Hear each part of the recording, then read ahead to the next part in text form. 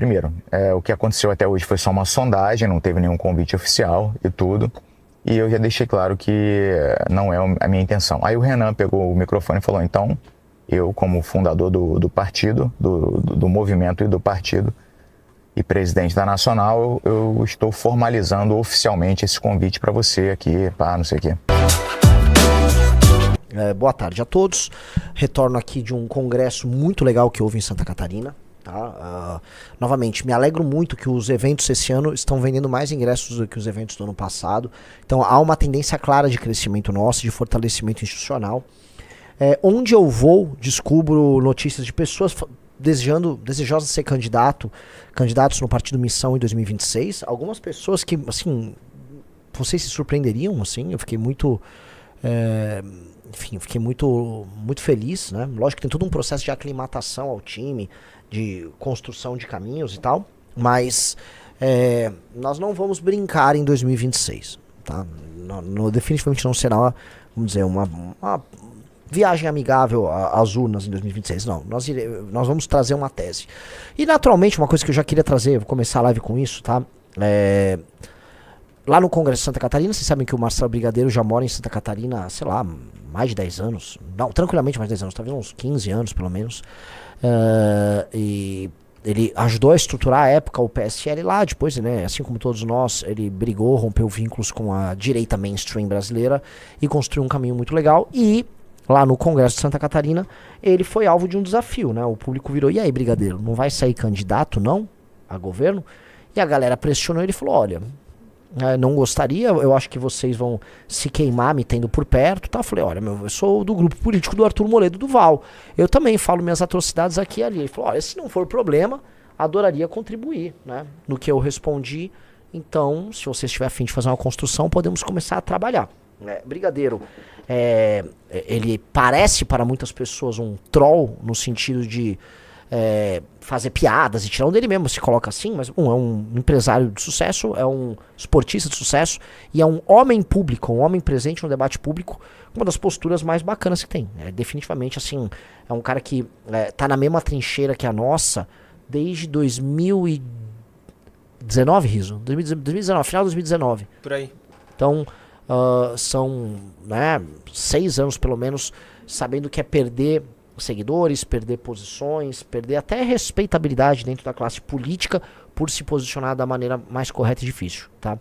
E eu queria ouvir, porque disse que ele gravou um vídeo, vamos ouvir aí o Brigadeiro, que tá pleiteando, foi convidado, na verdade, né, ser pré-candidato, vou colocar aqui nos termos corretos, e deu alguma declaração, eu não vi ainda a declaração, vamos ver. Pessoal, like na live, vamos ouvi-lo. O pessoal do MBL tem muito carinho por mim, eu fico muito grato por isso. E aí eu falei, cara, olha, primeiro, o que aconteceu até hoje foi só uma sondagem, não teve nenhum convite oficial e tudo. E eu já deixei claro que não é a minha intenção. Aí o Renan pegou o microfone e falou, então, eu como fundador do partido, do movimento e do partido, e presidente da Nacional, eu estou formalizando oficialmente esse convite para você aqui, pá, não sei o quê. E aí, meu irmão, aí passou um monte de coisa na minha cabeça e eu quero externar para vocês exatamente em que momento eu estou, tá? Primeiro, Brigadeiro, você tem vontade de ser político? Não, não tenho mesmo, tá? Lá no passado eu já tive vontade, já pensei, cara, ia ser muito legal eu ser um deputado federal ou um senador e poder descer o aço naqueles caras todo dia, pegar aquela tribuna lá e rebentar aqueles caras, arregaçar eles, vai ser muito maneiro. Só que sendo muito sincero para vocês, e totalmente sincero, o ônus não valeria o bônus. O bônus para mim seria esse. Sendo bem sincero, seria muito difícil eu fazer qualquer mudança como deputado ou senador na atual conjuntura do nosso parlamento, porque eu seria um entre muitos e a maioria lá não quer fazer porra nenhuma, a maioria lá é corrompida. E eu acho que ia me dar uma frustração muito grande eu querer fazer as coisas e não conseguir. Até porque, pelo meu perfil, eu não ia negociar. É necessário que você negocie lá. O político, ele tem que fazer política, né? Ele tem que negociar com os outros lá. Embora pareça um pleonasmo, o político tem que fazer... Não, é porque muita gente tem a visão romântica de que você chega lá, quebrar o pau com todo mundo. Se você fizer isso, é o que eu faria. Se eu fosse lá, eu ia quebrar o pau com todo mundo. Sabe o que ia acontecer? Eu não ia aprovar nenhum projeto meu. E aí eu ia ficar lá recebendo, sem fazer nada de valoroso, de fato, e ia me sentir um merda. O único bônus seria poder olhar na cara daquele bando de vagabundo e falar o que eu penso direitinho na cara de cada um deles. Mas o ônus seria esse, eu me senti um imprestável, eu me senti completamente um parasita de ganhar dinheiro público sem fazer porra nenhuma. O segundo ônus, e que seria o mais importante, seria eu me distanciar da minha família, eu não ter tempo para ficar com a minha família, que eu ia ter que ficar em Brasília. E o outro ônus seria o ônus financeiro. O que eu viesse a ganhar como deputado, como senador, como qualquer porra que fosse, partindo da premissa óbvia, eu não me corromperei jamais, que eu sempre serei um cara honesto, não farei nada ilícito, o que eu ganharia do salário desses caras é muito menos do que eu ganho hoje nas minhas atividades profissionais no meu dia a dia. Eu ganho muito mais do que um deputado, ganho muito mais do que um senador. Então, e fazendo algo que eu gosto de fazer. Então, seria muita coisa ruim pra pouca coisa boa. Dizendo isso, eu tô jogando abertão com vocês aqui, tá? Meu coração tá 100% aberto e minha cabeça também, como eu acho que tem que ser, e a minha proposta aqui na internet. Então, eu não tenho vontade de ser político por essas razões aqui. Tem outro lado. Se eu me candidatasse ao governo do estado, tem alguns bônus. Primeiro bônus pra mim... Pausa, eu vou fazer uma defesa dele aqui, porque o cara botou, que papinho, e o Kim faz diferença, imagina com mais pessoas, porque o Brigadeiro tá contando assim, ó, se eu fosse lá, eu falaria coisas na cara desses políticos, e eu perderia a paciência e tal. E muitas pessoas, conheço, muitas pessoas que têm essa sensação de indignação, elas adotam uma postura visceral. Depois eles veem que se a postura visceral permanecer, eles vão ser caçados. O maior exemplo foi o Arthur. O Arthur foi eleito com essa premissa dele. Então o Arthur virou um fiscal que via todas as divididas e ele entrava na dividida para defender especialmente uma tese de austeridade fiscal, né? Seja no orçamento do estadual, seja no orçamento da própria Assembleia.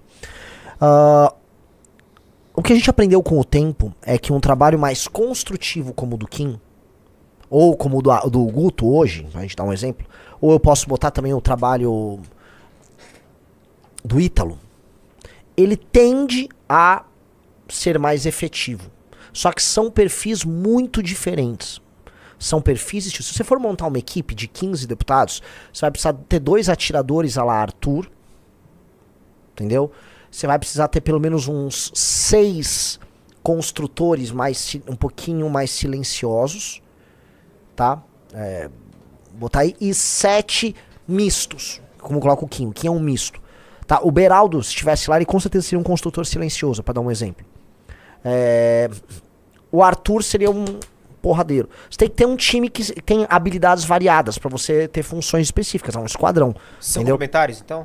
Hã? São complementares. São completamente complementares. Um time são complementares. Então, quando você é eleito com um time, você vai ter funções diferentes. Então você vai ter que montar uma estratégia. Tipo, ó, sei lá, vamos supor que o Arthur e o Brigadeiro viram deputados, para dar um exemplo.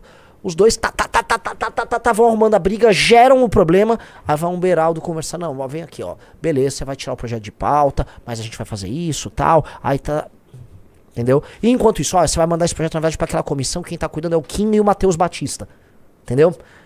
São essas construções que a gente tem que ter. E, em geral, os partidos não se veem dessa maneira. A gente sabe que quando a gente puder atuar em equipe, ferrou. Então, eu vou... discordar do Brigadeiro no sentido de que uma pessoa com postura combativa de briga, não estando sozinha, ela adequada a uma estratégia de todo, faz sentido, tá? Voltando agora ele tá indo falar de governo, vamos lá.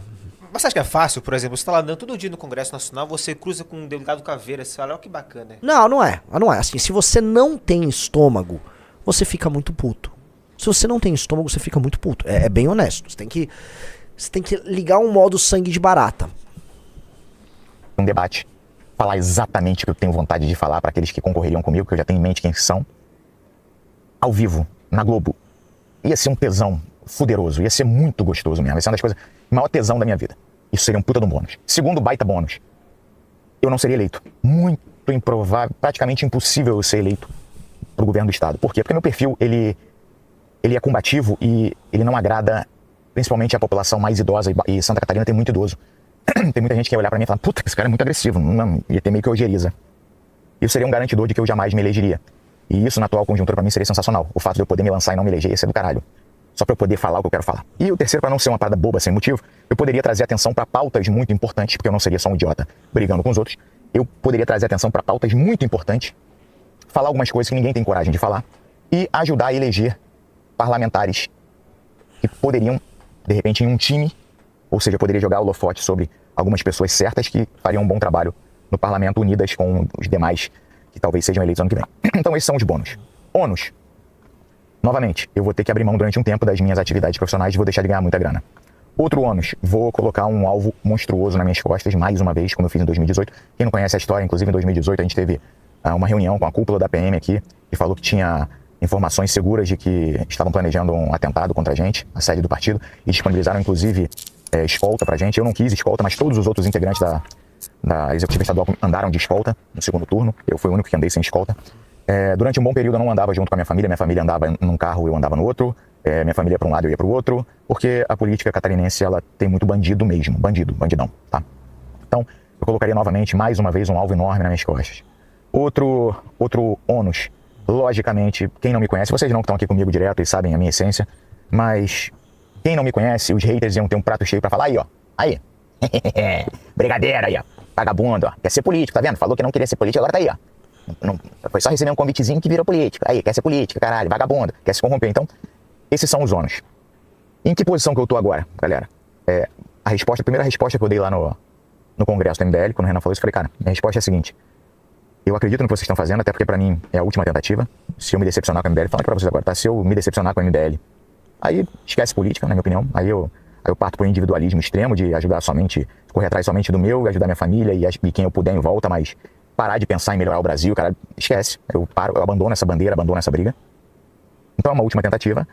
Eu acho que o meu perfil, ele traz mais problema do que benefícios pro MBL, porque eu sou um prato cheio. Se tu entrar no meu Twitter ali, que é onde eu boto a quinta série pra fora, um monte de transo muito, rebento, tem rebento pra mulher, pra homem, pra traveco, pra porra toda, tem eu falando que quero comer o Danilo Gentili, tem eu falando que quero comer o vinheteiro. Ele falou isso no congresso lá, ele falou, vocês têm certeza? Ele falou assim, eu tô falando que como muito mulheres, homens, travestis, apresentadores de televisão, políticos, você tem certeza? Eu falei, até animais, né?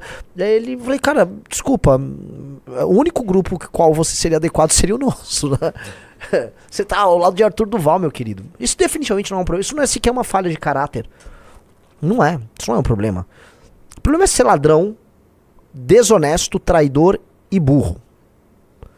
Ladrão, desonesto, traidor e burro. Burro ele não é. Até se faz às vezes, mas não é. Um cara com a grana que ele tem não é burro. Traidor não é. Foi homem todas as vezes. Inclusive, pode pegar todos os momentos de grande dificuldade que a gente já passou. Esse cara nunca roeu a corda. Sempre foi homem. Isso pra mim, eu já te falei, né? A maior qualidade na política é lealdade. Tá? É homem. Tá? Qual era as qualidades que eu peguei? Era inteligente, já falei que é. Leal, ele não pode ser traidor. Desonesto, que é mentiroso. Não é. E ladrão ele não é. O lance é, ele quer se colocar numa posição de risco achando, vou perder a eleição. Essas são as pessoas que em geral se surpreendem e ganham as eleições, né? Que é quando o cara vai de peito aberto. O que eu falo assim, olha, o que eu gostaria de ter dele? Cara, estuda o livro amarelo, construa com o nosso time uma proposta para Santa Catarina, construa legitimidade junto com o time e seremos um exército. E uma coisa que é bem concreta em Santa Catarina. Santa Catarina, a gente fez o congresso lá. Santa Catarina está pagando o preço do próprio sucesso. Eu andei de carro para Florianópolis, é outra cidade. O Brasil migrou para lá e o Brasil trouxe problemas para Florianópolis. O Brasil vamos ser claro, eu vi morador de rua, não tinha morador de rua lá. Entendeu? Houve uma mudança demográfica que vai ter consequências. Já tem a formação de favelas em Florianópolis. Como lidar com isso? Como é a relação de Santa Catarina com o Pacto Federativo? Precisa um governador falar o que precisa ser dito sobre esse tema. Ninguém tem coragem. Ninguém tem coragem de falar o seguinte, se você mandou o Helder Barbalho, você aí do Pará, se você mandou um morador de rua, não digo que ele botou no busão, mas se o estado do Pará mandou um morador de rua, e aí Santa Catarina vai ficar com todo o custo de assistência, o governo do Pará tem que pagar. Ou não tem? Ou não tem? Ou virou várzea? Porque o sistema de estímulos no Brasil é o seguinte, quanto mais pobre e mal administrado for um estado, mais dinheiro proporcionalmente ele recebe. Isso é em várias áreas de educação, é assim. Se uma escola vai mal, ela recebe mais dinheiro. Supostamente está compensando, que é uma loucura. E aí esses caras administram mal, roubam o próprio estado e a população migra para os outros estados. Em geral, vai uma mão de obra pouco educada. em geral, às vezes vai uma pessoa que nem tá pronta pra nada. Um cara que tá perdido na vida, diz, conheço um primo que foi pra lá, vai, não tem onde morar, fica na rua, e fica todo o custo social. Curitiba são 35 mil pessoas migrando pra Curitiba todos os anos. Curitiba vai favelizar. Curitiba, que tem escolas públicas decentes, um sistema de saúde decente, tá começando a engripar, e vai engripar. É o custo social de ter sucesso. Tá? E aí as pessoas migram, normalmente hoje da região norte e ainda alguns lugares do nordeste. Cara, isso gera um custo social. Esse custo social só fica pro estado que deu certo. É isso. O nosso pacto federativo é cara com uns entram com a cara e os outros com... Não pode ser que todo o sistema de incentivos da política brasileira tenha sido construído de modo a fazer com que todo mundo que administre mal um município ou um estado se dê bem. É ridículo. É o pior sistema de incentivo que você jamais conseguiria administrar uma empresa com o sistema de incentivo da política brasileira. Mas na política brasileira é isso. Se você administra o Piauí, que é o lugar dos mais mal administrados do Brasil, analfabetismo rampante, crime rampante, falta de saneamento básico, maior parte das pessoas vivendo de assistência de auxílio, ou seja, inexistência de um setor privado pujante.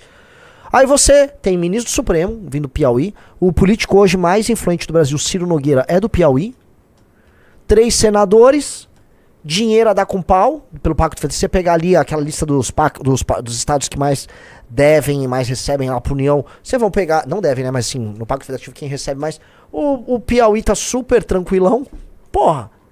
É isso o sistema de incentivo? Aí a população vive mal e vai embora. Aí o custo social fica lá para as prefeituras de cidades pequenas que estavam funcionando. Só que falar essas coisas é politicamente incorreto. Mas eu tô cagando em ser politicamente incorreto. Olha lá. O 4º estado mais beneficiado no Pacto Federativo é o Piauí. É o Piauí. Vocês acham justo? Sendo bem honesto, vocês acham justo ou não? Galera que mora aí no Piauí. E assim, eu falo isso com toda tranquilidade porque a maior parte do nosso trabalho é no Nordeste. Nós vamos crescer no Nordeste. É Nordeste. E eu já avisei. Você tem que desidratar essa elite política. Você que é nordestino, me ouça. É pra desidratar a elite. É pra tirar o dinheiro desses parasitas. A gente tem que eliminar a elite política do Nordeste e substituir ela. E desenvolver o Nordeste. E aí o Nordeste passar a receber migrante. A gente tem que fazer o Nordeste receber migrante. Agora, o modelo atual, em que os governantes do Nordeste são premiados por mal administrar seus lugares e enviar a população para outros estados, definitivamente esse modelo é uma bosta. Esse modelo é ruim para todo mundo. Vamos lá. Tá mal, hein, cara? Tô doente. Isso aí vai ser printado, vai ser jogado em tudo que é jornal aqui de Santa Catarina. O candidato ao governo do estado aqui, ó, é um promíscuo, é um homossexual, enrustido, só vão falar uma porra de coisa. E eu disse isso e ainda disse, e mais, eu prefiro ajudar vocês a achar uma pessoa certa, mais indicada para concorrer. Mas, contudo, todavia, se não tiver outro caminho, talvez eu considere essa opção. E, galera, sinceramente, isso aqui é algo que eu acho que a minha família é totalmente contra, e eu entendo completamente. Meu advogado é completamente contra eu entendo completamente. O meu racional é completamente contra. O meu coração é um pouquinho a favor pelos motivos que eu já falei. De poder botar pra fora, falar algumas coisas que tem que ter muita coragem, muito culhão pra falar, colocando em risco, inclusive, a própria vida. Mas verdades precisam ser ditas, porque senão, sem alguém com esse culhão pra falar isso, as coisas não vão mudar. Pausa. Eu só vou falar um negócio que tá rolando aqui no chat, uma parada tão... Hashtag Ryan não. Renan, não traga o Ryan. Deixa eu explicar uma coisa, cara. O Ryan, ele visitou, ele e o Júnior do Redcast, eles vieram visitar aqui o escritório nosso. E nós recebemos visitas todos os dias. O Júnior e o Ryan são sócios do Redcast, nos recebem, nos tratam bem pra caramba. Vocês podem ter as discordâncias que vocês quiserem com o Ryan. Eles sempre nos receberam bem lá. Eu vou receber muito bem eles aqui. Vou receber eles muito bem. Conheci ele hoje, sujeito extremamente simpático, extremamente inteligente. Vou receber bem, como eles nos receberam bem lá. Tá? Vocês estão aí assistindo? Tenham grandeza também. A gente vai ter que sentar e conversar com todo mundo. Parem com essas coisas. Ele não vai, o Ryan não vai entrar primeiro. Ele não é da política, ele não quer essa política. Ele tem outras posições. Agora vou receber sim, vou trocar ideia sim. Que isso, galera? Vamos lá. Então esse é um momento que eu me encontro, eu acho que é uma decisão que tem que ser amadurecida. Torço para que eles encontrem outro cara, mas é algo que eu não era 100% descartado, hoje acendeu alguma fagulhinha dentro de mim, tá? Acenda a fagulhinha, brigadeiro. Deixa eu falar uma coisa sobre isso, tá? Tô tossindo demais, cara. Tá. Peço desculpas aí, galera. Acende e deixa queimar aí, brigadeiro. Essa primeira eleição é muito importante que a gente, mais do que se considera, Renan, o que vocês vão fazer pra passar a cláusula de barreira? Eu já falei, não vou vender a mãe pra passar a cláusula de barreira. E entre entregar para o eleitor o que é a marca missão, o que é a marca de combatividade da missão, ou entregar uma coisa convencional para passar da cláusula de barreira, eu vou entregar a missão. Então é muito importante a gente ter candidatos a governo em todos os estados com propostas revolucionárias no trato da política nos seus estados, que deem a cara para as pessoas do que é essa missão, o que é essa onça. Então, é muito importante despertar essa fagulha não só nele, mas em outras lideranças, tá? Muito importante.